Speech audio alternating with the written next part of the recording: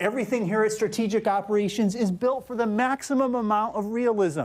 This building behind me, this is a whole Afghan village used to train Marines. Everything is realistic, down to the blanks they fire. They're taking extra measures in case there's a second suspect lurking about that neighborhood. They want to put up extra lights and maybe some additional fencing around their property so they're not a victim of a fire. Parents, you're probably wondering, yeah, this is a water park, what's in it for us? Well, they built these wonderful cabanas out by the beach where you can sit back, have a margarita, drink a beer, and watch the kids in the water. Here on the San Diego State University campus, there are up to 4 sexual assaults right now. The latest here at the Zapotec Residence Hall. I'm joined by Sergeant Tarr from the Chula Vista Police Department. Sergeant, explain to us that you said to me earlier when we were off camera the possibility of a medical issue causing this crash. When police officers are put into these situations, I mean, it really comes down to their training and their preparation. That's really where the rubber meets the road. Now, that new proposed rule opens up drones like these to be used in the news business. Firefighters tell me one of the biggest enemies they had today that was hindering their efforts was the wind. And many of the students we spoke with had no clue there was a tuberculosis outbreak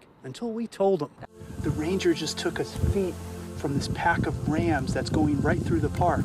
We're just feet away. This is amazing. Check this out. As these officers are chasing this suspect, they're thinking, what can happen next? What's the worst thing that can happen to me? And kind of work backwards from that.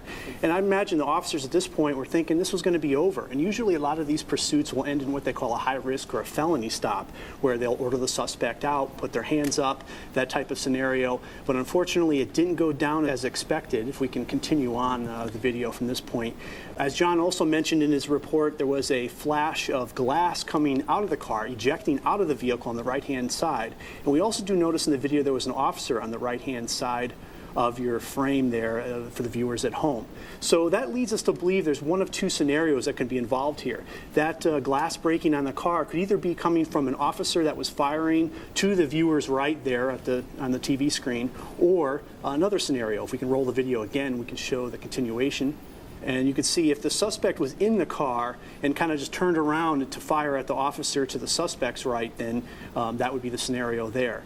Also continuing with the video here, you see there was another officer just in front putting out a stop stick. He went around this car here right in front to aid what was going on, and then the incident continued from that point. Interesting with this situation is there was a crossfire situation here. We had officers on both sides of the suspect vehicle, and then the officer that was with the stop sticks also stepped out and placed himself in this position here. So I'm sure there's a lot of law enforcement families tonight watching this video really glad that there wasn't an officer that was hurt. Pretty amazing. I've lived here all my life, and I've been to this beach many times, and I had no idea it was here. As the tide falls back along the beach in Coronado, a piece of the past is unveiled. Oh my gosh, it's the shape of a ship. It's pretty awesome. You're looking at the remains of the 300-foot-long SS Monte Carlo. I knew this was my only chance to see a shipwreck.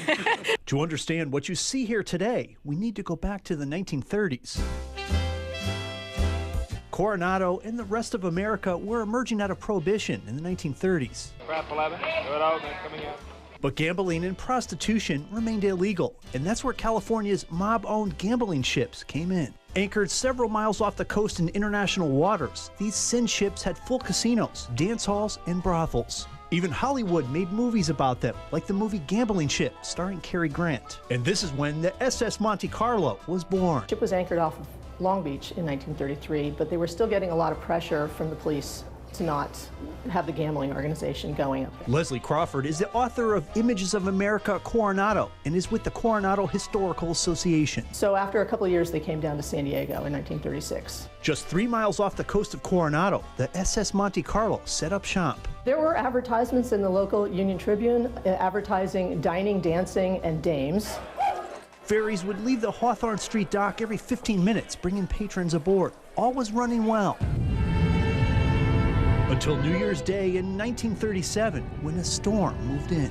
High surf, rough seas. And the SS Monte Carlo was in trouble. And about 3 o'clock in the morning, they said it broke the chain broke, and so it started drifting. She ran aground where she lies today, just south of the Hotel Del, where the city took control of the ship. Anything that was gambling related, they tried to confiscate. Too large and expensive to remove, the SS Monte Carlo sat on her beach grave just to fade away.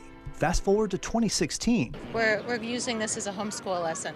People wade out in the water to see her. Kind of feels like the Titanic. Once you look at the wreck up close, you start seeing some intricate things that still remain on the wreck decades later, like these parts of the ship's electrical system.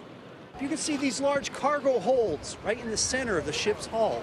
If you plan on coming down to the Monte Carlo wreck to check it out, be careful of some of its inherent dangers, like when rogue waves come over the deck of the ship, causing you to lose your footing. It's really slippery. A piece of our area's history nearly 80 years later shows herself, reminding us of days long gone. I still think the intrigue has everybody out here. Reporting from Coronado, Still a great San Diego story, either way. Gary Buzel, CW6 News.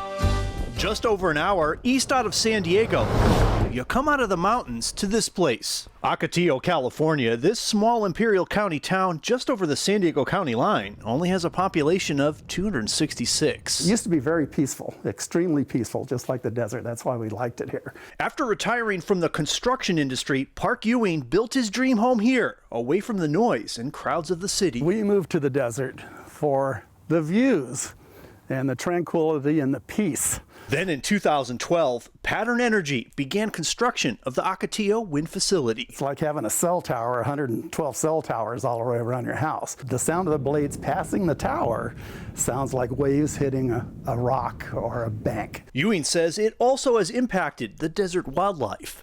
We used to see bats quite often fly around here every night in the late afternoon. We still see them, but nothing like we used to. Besides being a nuisance, records obtained by CW6 News show Ocotillo Wind has been underperforming its projected power generating capacity. In October, it just produced 22% of capacity. SDG&E purchases power from Pattern Energy for its San Diego customers at $105 per megawatt hour, which according to the American Wind Energy Association is some of the highest priced wind energy in the country. SDG&E declined to comment on its contract with Pattern Energy, citing confidentiality agreements. Wind coming over the mountain from different directions, bombarding the blades from different angles and stuff. Aerospace engineer Jim Pelly also lives nearby. He argues this wind farm can't be as efficient as the ones closer to Palm Springs because the prevailing winds don't come down from the mountains in a consistent direction, which hurts efficiency and can damage the turbines. I really think it's putting a lot of stress on the blades. A persistent condition both he and Ewing believe led to the collapse of turbine number 126 just a few weeks ago. Pieces, I would say, went